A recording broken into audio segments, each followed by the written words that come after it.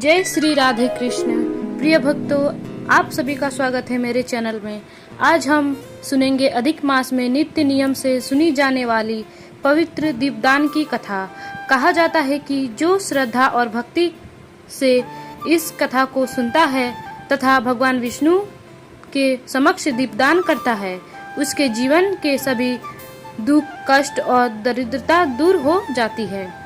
घर में सुख, शांति और समृद्धि का वास होता है।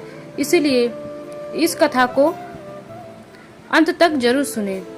प्राचीन समय की बात है। एक नगर में एक निर्धन ब्राह्मण अपनी पत्नी के साथ रहता था। दोनों बहुत ही धर्मपरायण और भगवान विष्णु के भक्त थे, लेकिन गरीबी इतनी अधिक थी कि कई बार उन्हें भूखे पेट सोना पड़ता था।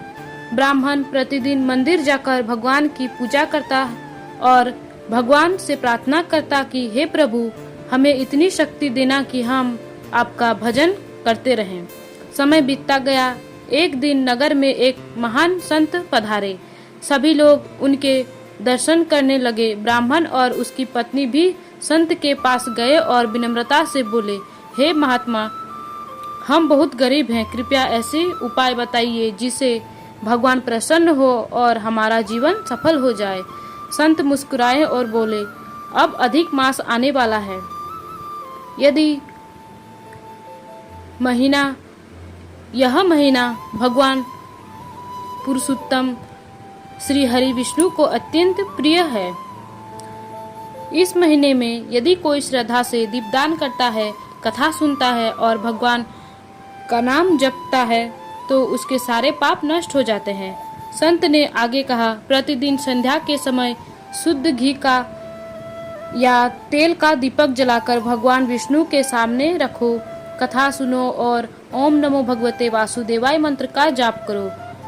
भगवान अवश्य कृपा करेंगे। ब्राह्मण और उसकी पत्नी ने उसी दिन से नियम शुरू कर दिया। वे प्रतिदिन शाम को मिट्टी का छोटा दीपक जलाते, भगवान विष्णु की आरती करते और अधिक मास की कथा सुनते। उनके पास भोजन के लिए पर्याप्त अन्न नहीं था, फिर भी वे दीपदान करना नहीं छोड़ते थे। एक दिन ब्राह्मणी ने कहा, स्वामी, घर में तेल भी समाप्त होने वाला है, अब दीपक कैसे जलाएंगे? ब्राह्मण बोला, यदि श्रद्धा सच्ची हो तो भगवान स्वयं मार्ग निकालेंगे, हम नियम नहीं छोड़ेंगे। उस दिन दोनों ने थोड़ा सा बचा हुआ तेल दीपक में डाला और भगवान के सामने प्रार्थना की। उसी रात भगवान विष्णु ब्राह्मण के स्वप्न में प्रकट हुए। भगवान ने कहा, हे भक्त, तुम्हारी श्रद्धा और भक्ति से मैं अत्यंत प्रसन्न हूँ।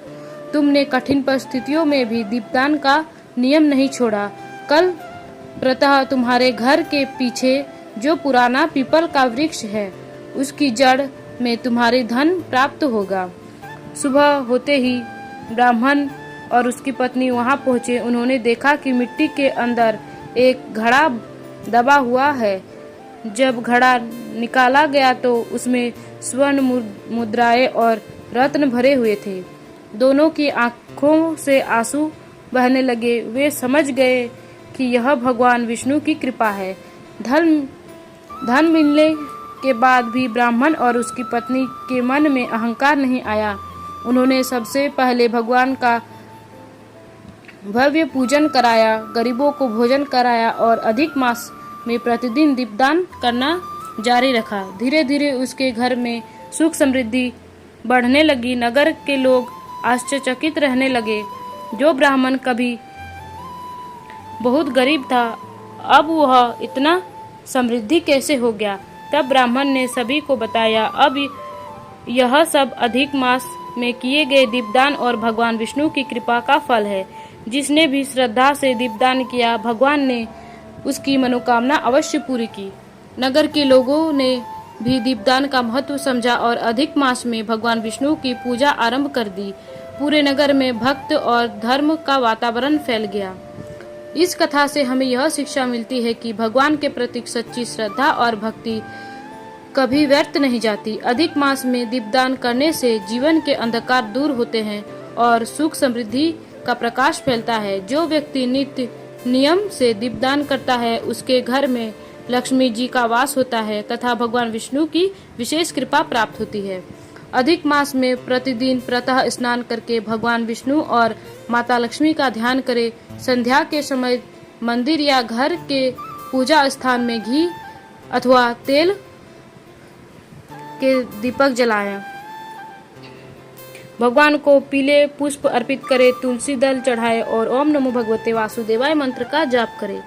इसके बाद श्रद्धा से यह कथा सुने। तो भक्तों, यह थी अधिक मास की नित्य नियम से सुनी जाने वाली पवित्र दीपदान की कथा। यदि आपको यह कथा पसंद आई हो तो वीडियो को लाइक करें, शेयर करें और चैनल को सब्सक्राइब करना न भूलें। कमेंट में लिखें जय श्री हरि विष्णु। भगवान विष्णु आप सभी की मनोकामनाएं पूर्ण करे। जय श्री राधे श्याम।